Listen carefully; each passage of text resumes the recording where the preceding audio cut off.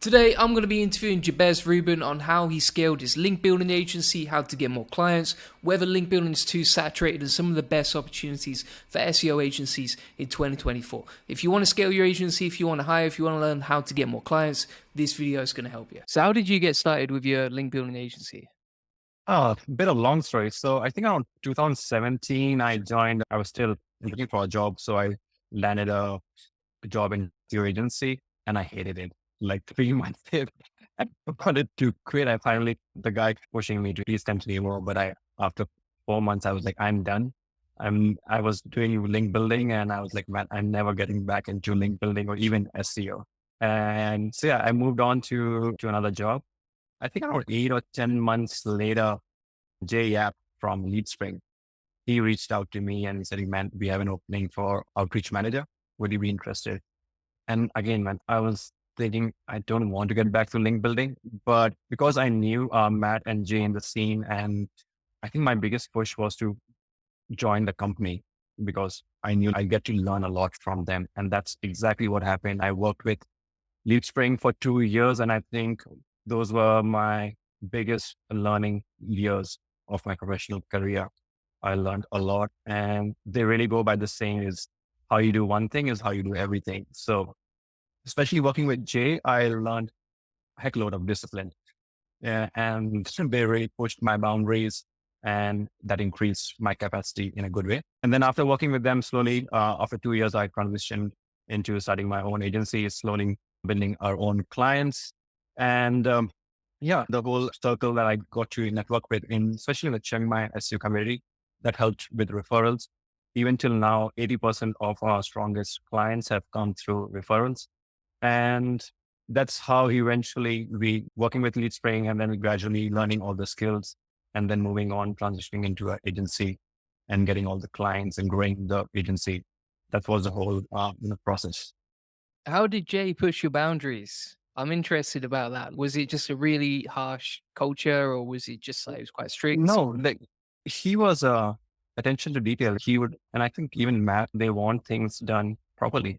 So starting with something I've now become very, how do you say, very like not strict, but I enjoy doing a lot is just arranging spreadsheets, right? You know? It's not just dump, copy, paste all your data here. Yeah? How are you going to arrange everything, format the sheets properly so that anyone who comes can scan through the data easily? So just minor details, even. So there was a time when we were, I think, in LeadSpring, we need to constantly test different outreach methods. Like we've heard a lot about Matt doing a lot of SEO testing. And actually that was the case with in all departments as well. So Jay and the whole LeadSpring team, I was managing the outreach. So they expected me to come up with new strategies for link building every week and then keep it running. Every week you add one and then the previous ones keep running. So every week you have to show results. You need to show what's the progress. Should we continue it? Should we not? What are inputs given by everyone else? So just doing that, learning to manage multiple things simultaneously.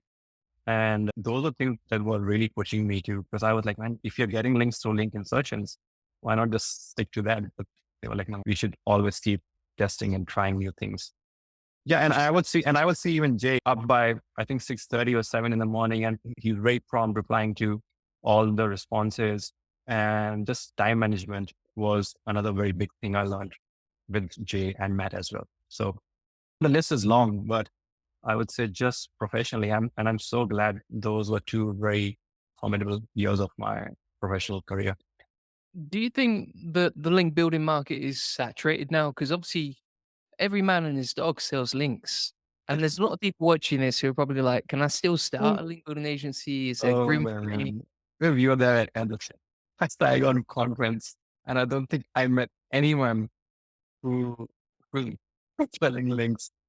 Probably one or two people, but everyone is selling links. But I think if you're a smart businessman, if you're a smart entrepreneur, you can still sell links. You can start off, make a brand yourself as a unique link seller in a very specific market. Maybe I'm selling links in the SaaS niche. I'm selling links in the CB niche.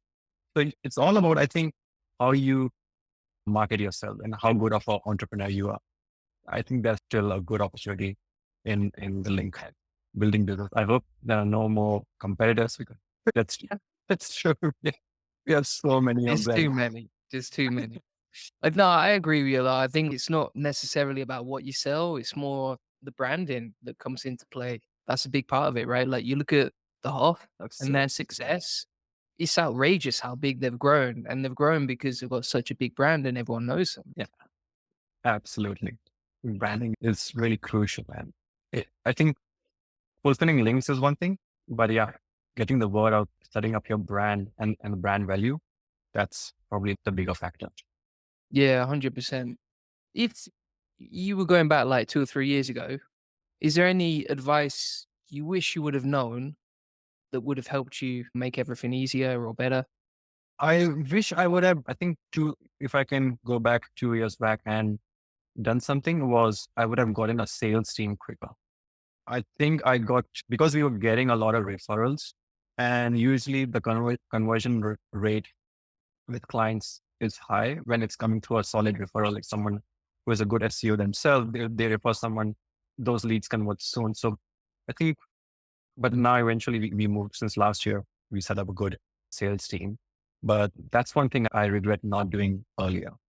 Like when it comes to setting up a sales team, I mean, we had Steve Canner from White Press, head of sales Yeah. at White Press. He gave some really good advice. Do you still take sales calls as an agency owner? Because I know there's some customers who they're like, I'm only going to speak to Julian Goldie or I'm not buying anything. It happens occasionally. Do you still get that sort of thing? Or people want to look you in the eyes and see the owner?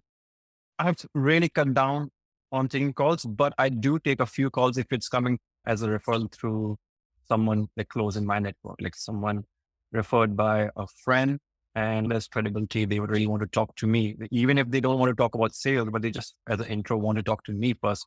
Those kind of calls I do. When it comes to link building or just SEO agencies in general, obviously it is there's a lot of players in there. It can be quite saturated if you don't really know what you're doing or how to market yourself. What would you say are some of the best opportunities for agencies in 2024? Maybe not Parasite, SEO, Outlook, India right now. I think digital PR is definitely booming. That's something because guest post was I think the first place that got saturated in a sense. Everyone was selling guest posts. And a reason why we didn't market position ourselves from the beginning as a guest post provider, we chose link insertion as a main USP. So I think right now, digital PR definitely has a lot of scope because it's still not everyone is able to provide the kind of links that you expect from digital PR. So I think digital PR is the first place I would go to. And then for 2024, I don't know what other updates, the upcoming updates will bring in. So keeping up to speed, up to track with what's happening, that will be crucial to so that we can keep modifying our services. But aside from that, I said initially as well, putting up your category, like niching down whether it is a law firm backlinks or CBD backlinks, those kind of, if you can target niche wise, I think that's still will help you get a lot of leads and clients. Yeah, I think so too. I What are your mean, thoughts?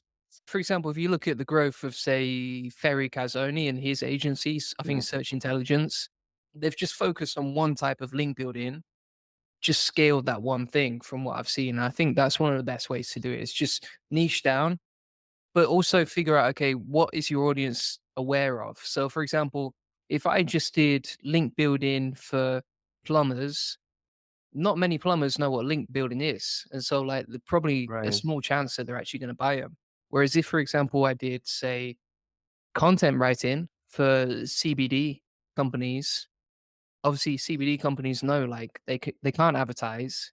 They need traffic from SEO. They need content to get that traffic. And so I think niching down, but making sure that your audience is aware of what you're actually selling is a good way Yeah. to Yeah. do it. The other That thing that makes I sense. think, And what yeah, the other thing that I would say is I don't know many good content writing agencies in the SEO space. Like I've probably tested about 5 or 10, and I've tested a lot of writers as well, and I found probably one good supplier. Like there's just so much trash out there. There's so many bad suppliers. Yeah, I think there's a massive opportunity for someone to come along and do something great there. for sure. And also even copywriters, like people who understand the copy of your sales page. That's something that we always like look for, and it's hard to find people who can, it's not, we are not talking about blog posts or article that we want to rank. It's sales pages. So those kind of people are hard to find. Yeah, yeah, definitely. The only trouble that I have with sales copywriting is because I used to be a sales copywriter, is that it's not that recurring revenue that you want as an agency. So typically, someone, unless it's a Yeah. direct response company, they'll just hire you for one sales page and then they're like, cheers for that, Julian. Like, I'll see you in a Yeah. year or 2 years once I want to create another one. And so I didn't find the retention that great. Whereas something like link building or content, people need this like every month, right? They're Absolutely. always going to be buying that from you. And like any service you start offering as well, you should see if you can scale it or not. Like we were initially offering image link building. What was it? There were expert roundup, but then it's hard to scale. If the orders increase, they take just too much time. Now what we do, we just, once we have a lot, once we get clients after we're spending 5 or 10K plus with us, we just train that in-house VAs to how to run different kinds of link building, like image link building or expert roundups or even skyscraper. But any service in general that anyone wants to offer should keep in mind that is how fast you can scale it and how easily you can scale that service. Yeah, that's one of the things we started doing was pre-selling. So if we're Right. thinking about selling the service, we'll try and pre-sell it to at least 4 or 5 customers first, and then we'll actually go ahead and launch the service. Because otherwise, like, create this whole new level of complexity, new SOPs, new teams, new systems, new processes, absolutely crazy, but for very little return. So, for example, we were thinking about selling guest posting about a year ago. And we asked a bunch of clients, do you want to buy a guest post? Do you want to buy a guest post? And my team kept saying, we need to sell guest posts. And then I was like, all right, then prove it to me. Get 5 sales for me. And they couldn't do it. And I was like, look, guys, didn't want to say I told you, but I knew that it's just not as in demand as, say, link inserts for the type of clients we have. Absolutely. Yeah. That's a very solid tip. Some people, as SEO agencies as well, and I know we've talked about this, Jabez, is like some agencies are scared of marketing themselves because they feel like they're going to become a target. For example, if you're creating YouTube videos, we all saw the clap in March.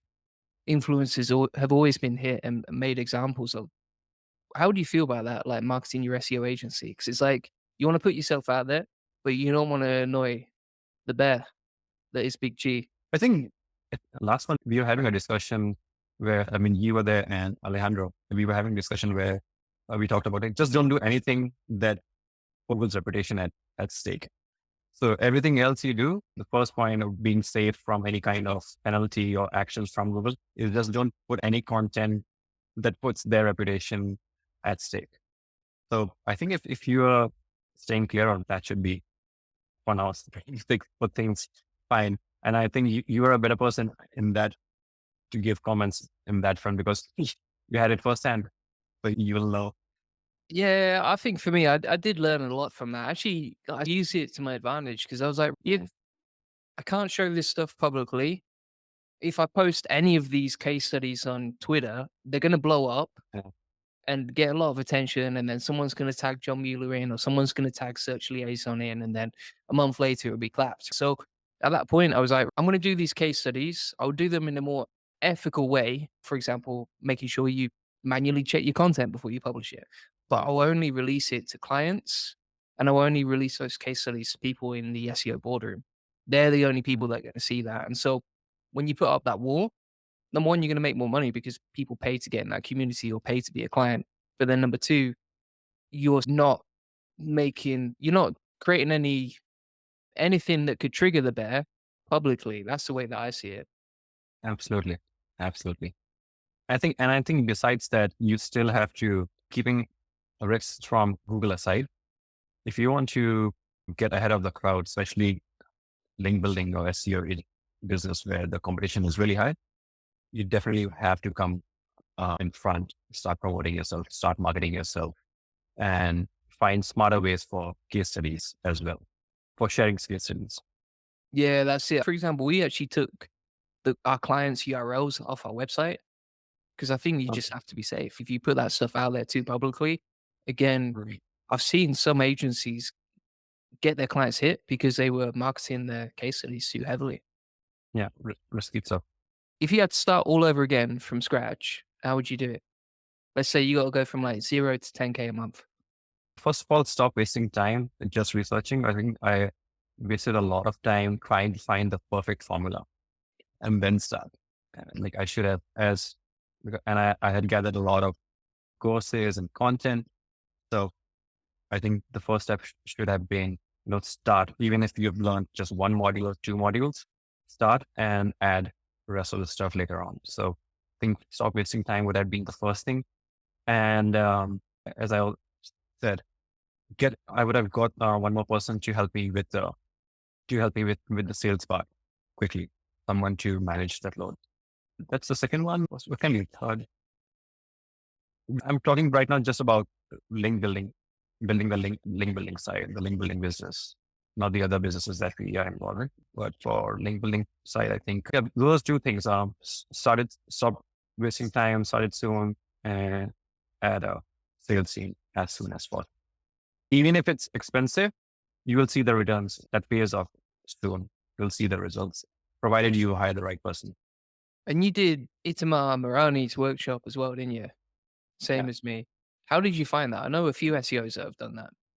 So pretty solid one month. I think it really puts you out there, like questioning some really valid points. I think for me, some of the key things were like, I am an introvert, so I act in a way that I don't like putting myself in front. And in a business like SEO, if you're not going out there networking with people, you're losing out so much. So I think that course just helped me to process things really well. If I find any situation where I have hesitation to get involved in that event, or so I just go back to what I've done and try to process it from that filter. And that has really helped me to, I think in short, Itamar's course helped me get over a lot of fears, which was just unnecessary, I think. Yeah, that's what I found as well. For anyone who's watching, they're not aware, like Itamar he does this sort of mindset training that I know a lot of agency owners have done. And it's pretty good, I think, personally, for getting over your fears, but then also ruthless elimination. That's one of the things that I found works really well. So for me, no one had ever told me that actually, if you eliminate and get rid of a few things, you don't have to beat yourself up. That might actually help you and move faster, and you can get rid of all the junk that's slowing you down. And for me, that helped massively. Just becoming more of an essentialist. Absolutely. Addition by subtraction. Yeah, that's it. That's it. What do you think to the whole situation with all these updates this year? For example, we've had the core update. No one's recovered from the helpful content update last year. The parasite SEO and site reputation abuse update. I've never seen things this volatile and temperamental. And what was interesting, for the first time for the Parasite update that came through, Google gave 2 months time to sites to rectify. That has, I think, never happened before. So that was really interesting to see. And I hope like they give this kind of updates or warnings before upcoming other updates. But I think I'm happy with at least the Parasite update that has came through, because, you want to, even your agency site, if you want to rank for, let's say, best link building agency in UK or anywhere, or let's say even a city, it's all the parasites that will be ranking there. So you do all that for a keyword you want to rank for, but it's, that a parasite will come and take over. I'm happy with the Parasite SEO update. Will be interesting to see how the next phase of, we are still like halfway through the year. There's so many updates still coming along. So it'll be interesting how things shape up. Helpful content update, it's still a mystery. Still trying to figure out what and how to make things work. But even with that, I think one thing that I've noticed, that Google is getting strict with how much authority in real that person has, or the site really has, and how legit the writer is, which is a good sign. So it's just pushing people to make more real business websites or real proper personas, and put effort on personal branding as well. That's what I've seen as well. It's like e-commerce companies that are actually real businesses are winning, whereas like niche sites, affiliates have taken a big hit. And then the other thing I've seen is a lot of agency sites doing really well after the update. Yeah. Yeah, SaaS, e-commerce, agencies, all performing really well. But like you say, I think that comes down to having a real business, not just creating this website where you funnel all the traffic to another Yeah, website. absolutely.